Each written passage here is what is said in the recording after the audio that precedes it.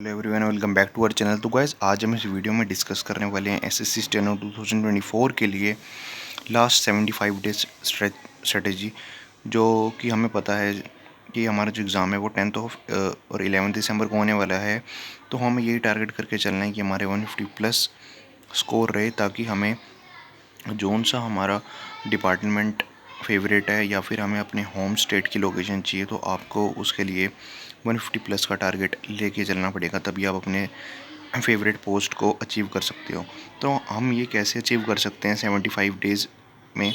तो इसके लिए हमें क्या करना पड़ेगा, जो भी हमारा एग्ज़ाम है वैसे वो 200 मार्क्स का है, जिसमें हमारा 3 पार्ट्स में डिवाइडेड है। English 100 marks, reasoning 50 marks, GK 50 marks. तो इन 75 डेज़ में हम क्या क्या करें ताकि हमारा स्कोर जो है जो काफ़ी अच्छा बूस्ट हो सके? सबसे पहले हमें अपने अपने इंपॉर्टेंट टॉपिक्स पर फोकस करना है, जो उनसे इंपॉर्टेंट टॉपिक है। सेकंड, हमें जो उनसे हमारे वीक टॉपिक्स हैं उन पे हमें अच्छी कमांड बनानी है, उनको अच्छी तरीके से रिवाइज करना है ताकि हम उस अच्छा स्कोर कर सकें। थर्ड, हमने मॉक टेस्ट देना है, जितना हो सकते हैं पॉसिबल हो सकते हैं उतने मॉक टेस्ट दो, उसको एनालाइज करो और उसमें पता लगाओ कि आपकी क्या गलतियाँ हो रही हैं। कई बंदों के भाई कमेंट आ रहे थे कि हमें मॉक टेस्ट में थोड़ा सा टाइम लगता है, थोड़ी सी आजकल रीजनिंग जो है कैलकुलेटिव होती जा रही है, तो ऐसा है। बट हमें जितना मॉक टेस्ट प्रैक्टिस करेंगे ना, हमारा स्कोर और हमारी स्पीड उसी से ही बूस्ट हो सकती है, और इसका कोई सोल्यूशन नहीं है। और अगर आप ये सारी चीज़ें फॉलो कर लेते हो तो उसके बाद आपको काफ़ी चेंजेस मिलेंगे कि आप कैसे कैसे कर सकते हो। तो हम सबसे पहले क्या क्या स्कोर, हमारे जो टॉपिक्स हैं जो हमें हमारे मार्क्स को बूस्ट कर सकते हैं, तो सबसे पहले हम बात कर लेते हैं इंग्लिश में।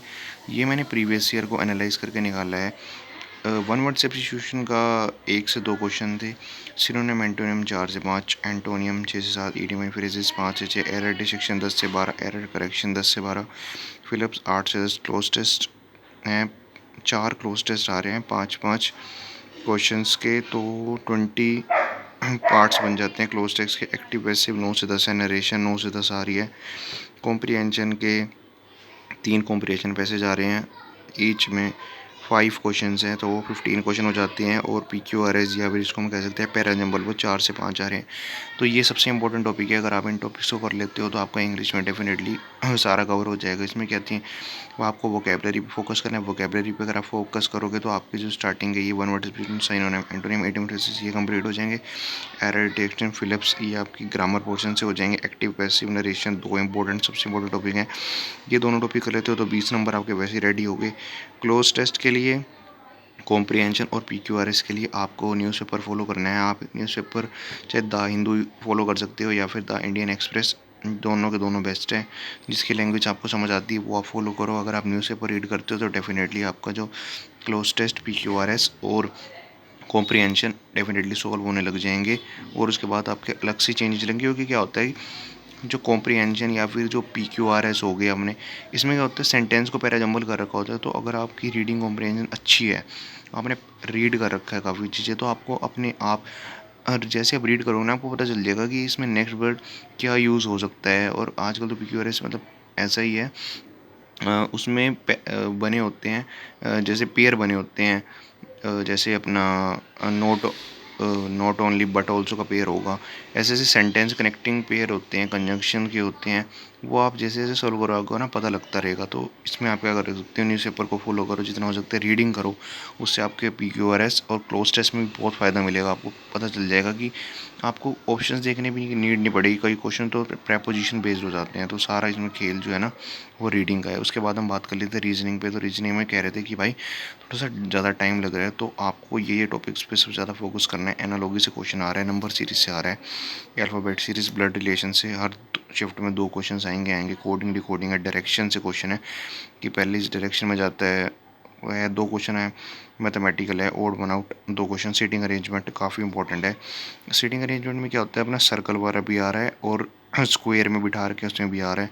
इसमें आप दोनों तरीके से देख लेना। क्लॉकवाइज बिठा रखे, एंटी क्लॉकवाइज, बहुत अच्छा टॉपिक है, इंपॉर्टेंट है। सीटिंग अरेंजमेंट सिलोजिज्म से, कैलेंडर से एक क्वेश्चन डेफिनेटली आएगा।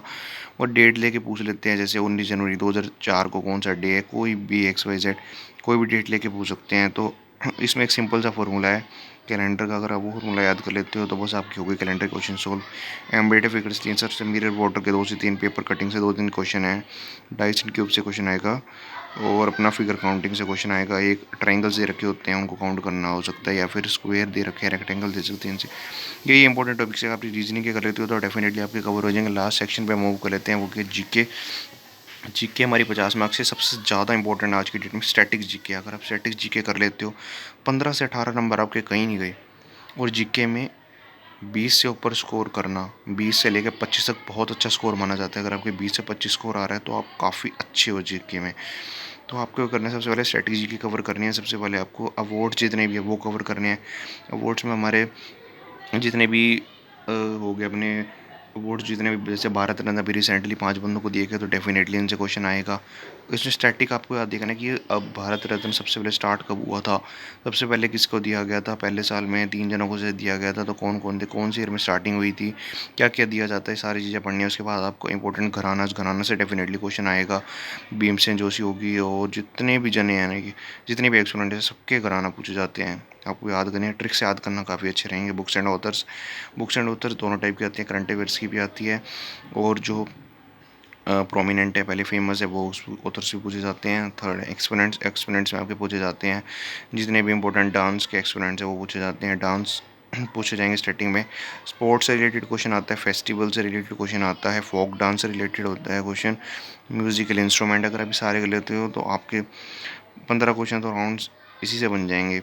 उसके बाद हम हिस्ट्री में बात करते हैं। हिस्ट्री में 5 से 7 क्वेश्चन है, इंपॉर्टेंट टॉपिक है।